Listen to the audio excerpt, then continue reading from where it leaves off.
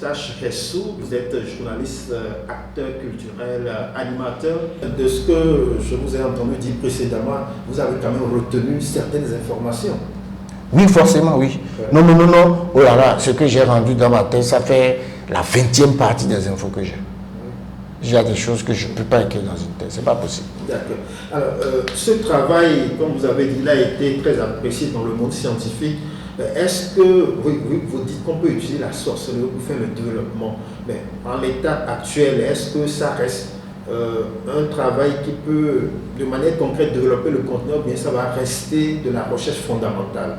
Non, mais moi, j'ai créé déjà mon école. Votre école, oui, on allait en venir, oui. Ça s'appelle Institut Métaphysique Prométhée. C'est une école qui est créée pour que l'homme ne fasse le malheur de personne et que personne ne fasse son malheur.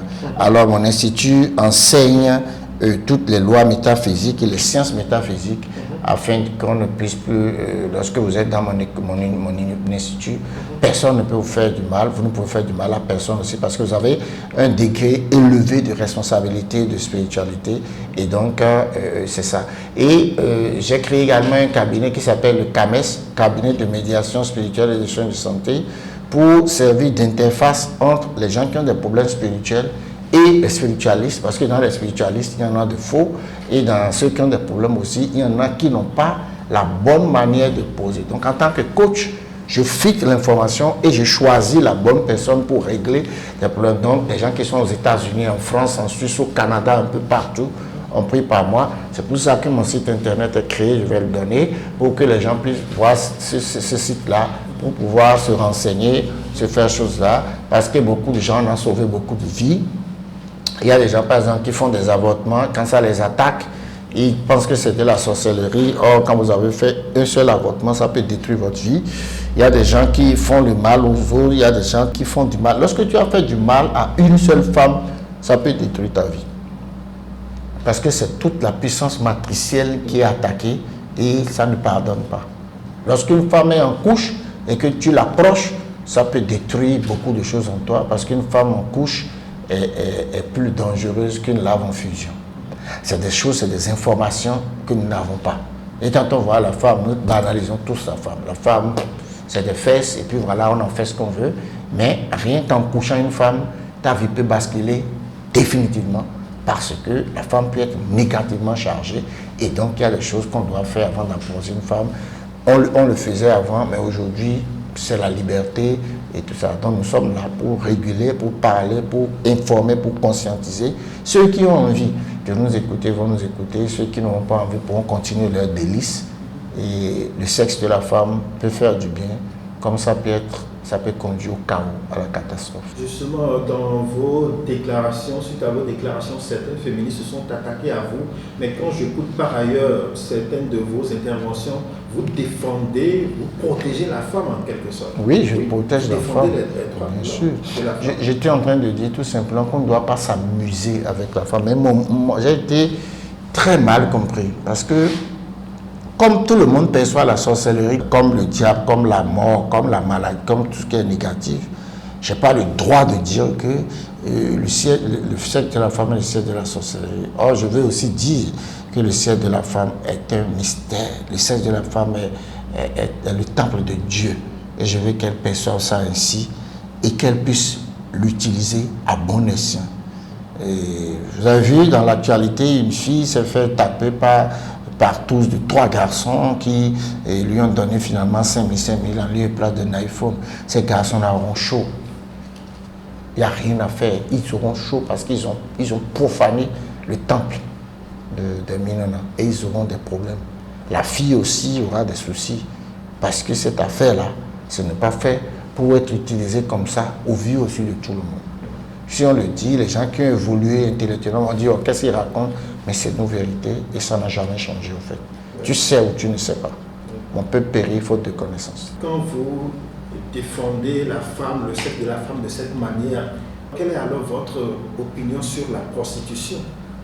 Non, mais la prostitution est le plus vieux métier au monde, mais moi je n'ai pas encore vu une prostituée professionnelle apporter quelque chose, être heureuse au soir de sa vie. Je n'en connais pas. Je n'ai pas cherché. Mais je ne suis pas sûr. Pourquoi? Parce que le sexe de la femme n'a de la valeur que quand la femme choisit un homme et s'y consacre. Le sexe de la femme c'est les usages que la femme peut en faire. C'est tout quand on nous a expliqué ça. Mais à partir du moment où ce même temple est ouvert à tous, il perd maintenant son pouvoir spirituel et devient source de maladie ou d'abomination. C'est ce que je crois. Et est-ce que votre école, est-ce que les gens se bousculent au corps pour s'inscrire à votre Bien école? sûr, on a juste lancé les inscriptions ce mois de février et les gens s'inscrivent. Il y a même une dame de la Belgique, elle m'inscrit parce qu'elle est pressée. Il y a une dame du Congo. Enfin, c'est les gens de l'extérieur qui sont en train de venir et je suis en train d'organiser ça déjà. Les gens vont se bousculer parce que je sais trop d'appels pour ça. Mais est-ce que les sorciers sont prêts à donner cette science-là et qu'elle soit au service du développement? Non, mais ils n'ont pas le choix parce que nous sommes tous sorciers en quelque sorte. Donc c'est chacun qui manipule. Par exemple, vous êtes journaliste, voilà. Vous êtes journaliste, vous pouvez être un journaliste de fake news. On peut vous appeler journaliste sorcier. Parce qu'une fausse information que vous donnez peut tuer quelqu'un. Voilà, les 1000 collines, ça c'est la sorcellerie journalistique. Mais comme vous pouvez être des journalistes de vrais chercheurs, de vrais enquêteurs, mais là encore, vous pouvez sortir des vérités qui ébranlent toute une république. Donc, c'est la manipulation que les gens font de la chose. Et dans la vie, c'est la combinaison du bien et du mal. Il y a des gens qui sont là pour faire le bien, il y a des gens qui sont là pour faire le mal. On ne considère pas ceux qui font le bien, non. Mais on considère ceux qui font le mal. On dit en journalisme, lorsqu'on dit qu'un chien a mordu un prêtre, il n'y a pas de souci. Mais c'est quand un prêtre mord un chien que l'information commence. C'est exactement comme sorcellerie. C'est pour les gens, les Yami Oshurunga, les mères difficiles. C'est la nuit. Eux, ils sont capables de réguler. Ils sont tous là et ils sont. Et je pense que c'est des gens les plus justes.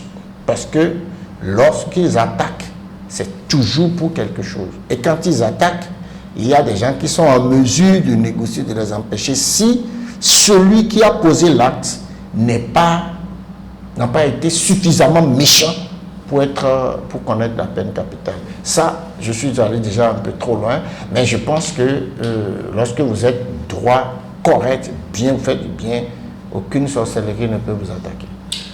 D'accord. Florent Estache-Ressou, je vous remercie. Africa Globe TV vous remercie. Je rappelle à nos internautes que vous êtes journaliste, acteur culturel, animateur et que vous avez soutenu il y a quelques mois, en 2021, une thèse de doctorat sur les représentations sociales de la sorcellerie azé chez les Fonds au sud du Bénin. Merci. Je ne sais pas si vous avez un dernier mot. Vous pouvez parler à nos internautes d'Afrique et d'ailleurs. Je crois qu'à la fin de cette interview, les gens peuvent venir rapidement sur mon site officiel que je vais vous donner, que vous allez peut-être leur remettre. Sinon, je suis au 229 97 22 58 66. 229 97 22 58 66 sur Facebook, si vous tapez Florent Estache-Ressou. Mon nom c'est Florent Ressou @yahoo.fr. Sinon, j'ai fait cette thèse, ça m'a complètement transformé parce que depuis que j'ai pris la touche, je ne suis plus qui j'étais. Parce que dans la rue, il y a des gens qui me prennent comme le plus grand sorcier du monde. Et il y a des gens qui me vénèrent, il y a des gens qui s'inclinent, il y a des gens qui s'aplatissent et ça me fait sourire. de toutes ces réactions, laquelle vous assumez? Non, j'assume tout parce que j'ai pris le risque. On ne peut pas être grand quand on ne prend pas le grand risque.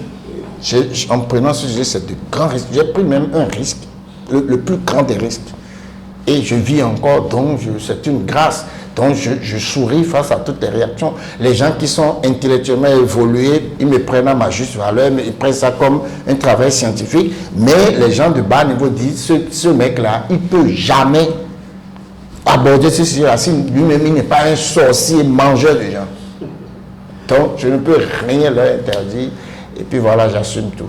D'accord, merci encore. Merci de ce temps que vous...